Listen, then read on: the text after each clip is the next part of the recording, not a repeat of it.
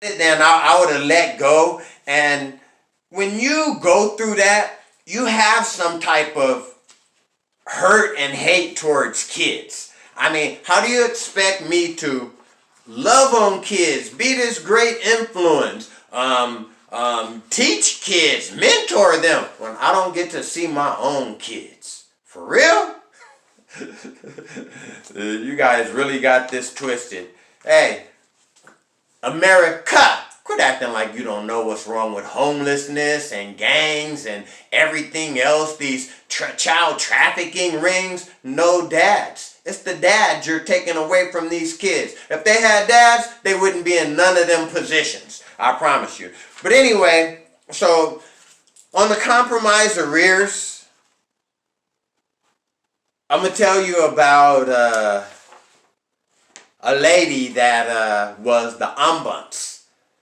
I hope I'm pronouncing it right. And she's a neutral person. So she called me up and she said, she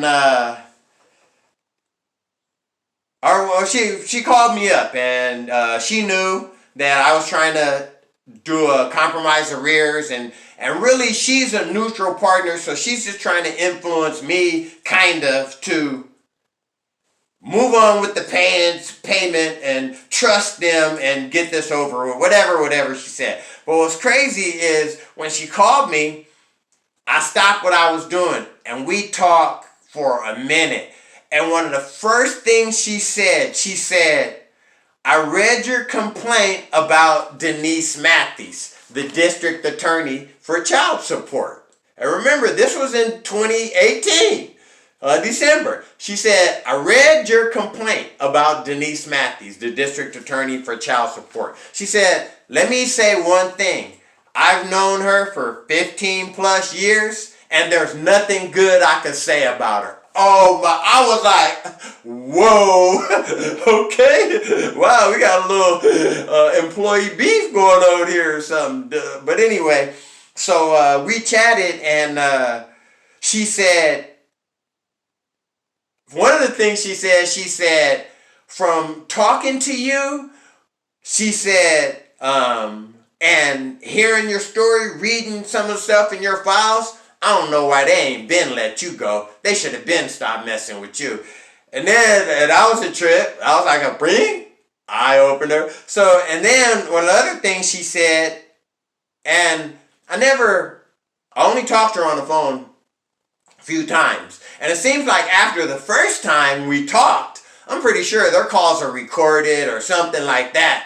I could not get a hold of her anymore. It was hard. They was blocking the heck out of me trying to contact her. So one of the other things she said she had a brother, I believe, that had a baby. And her family was going through the same thing, so she didn't think the system was totally right either. So she said that. And we joked, we talked, and we were serious. We got to the business. And in the end, I told her. I said, I appreciate you and I'm thankful, but I'm using you. I'm throwing you under the bus. Train everything. You going under. And she chuckled. She laughed. So there you go. And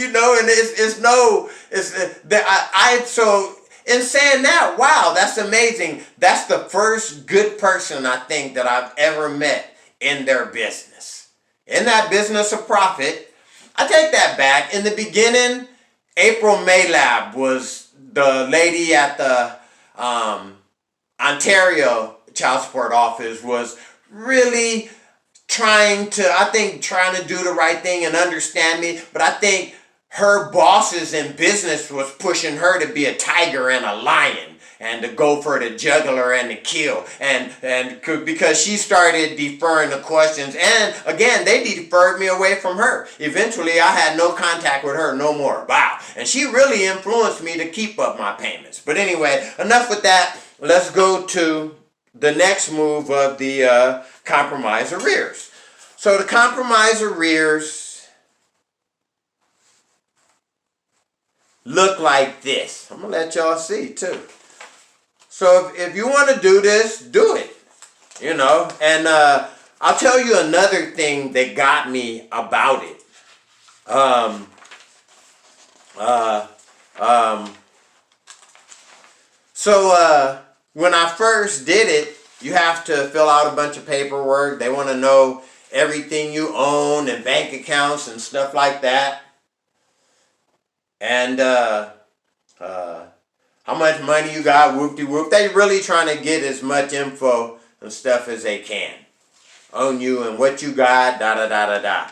So, and I didn't realize that this money goes right to them, so they serious about this. This is like pocket money for them, whatever they get. So anyway, when I first filled out the paperwork, and I said, oh, I got this old Datsun truck, I got this old Toyota, whatever, I got a motorcycle, and there was a couple of things I didn't put down. Within like a day, she called me back and she said, I'm going to resend you the papers and you need to put everything. You didn't put everything you owned on there. I'm like, so wow, for real, the DMV is just letting you guys tap into our files and records and get the info? Wow, so it's just a free fall. Hey, everybody, free information on the Title 4D participants or whatever they are. But anyway, she did. So I had a whole different thing. I sold everything. So I was like, you better go back and recheck.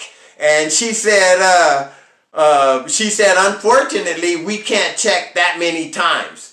Clear to me, she was like, oh, well, I can't. Or something like that. Oh, why? Oh, because they'll let us put our hand in the cookie. The DMV will let us put our hand illegally in their cookie jar, but they won't let us just keep getting cookies out. We only get like one cookie at a time or something. Oh, okay. I see. So anyway, this was a compromise arrears, and this is what... and that's why I did it, because I didn't want... I didn't do it because I cried all day for my granddaughters, not knowing... But I rechanged it, and I put some of the stuff I put on there. They said, what do you do for work? I said, I sell anything and everything, hopefully get a job. Although because of this, I'm not, and demotivated, feeling sick, I recycle, haul in, clean, fix up, and I said I do, you know, what I do.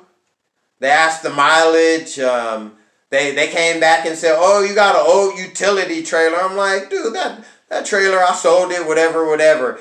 But they said, how do you pay to maintain vehicle registration, gas, and maintenance costs? I do my own work. I don't have a life, do not have any habits. I'm not wasteful. I still ride a bicycle, and I take opportunities I can. I'm not lazy. I'm not sorry. I'm well talented and creative, and I could build and fix anything. So really, I could have an engineering job. There's nobody that compares. So I said, you not having the best interest for my child and so many others, I could not. I said, see reverse documents attached. I had a career job, retirement, passed every test in front of board, denied me license. So I gave them that. I put number 5, hoping to get a job, but may need to seek help to get me through this corruption and injustice against our kids. And when I turned this in, at the bottom, I put, the struggle's beautiful. I'm too strong for your slavery. Coward ass white people, read it and weep. I mailed that to them too. The struggle's beautiful. I'm too strong for your slavery. Coward ass white people. It don't work with us real black. I'm not black maybe. Like the guy who told me I missed my blessing. He black maybe.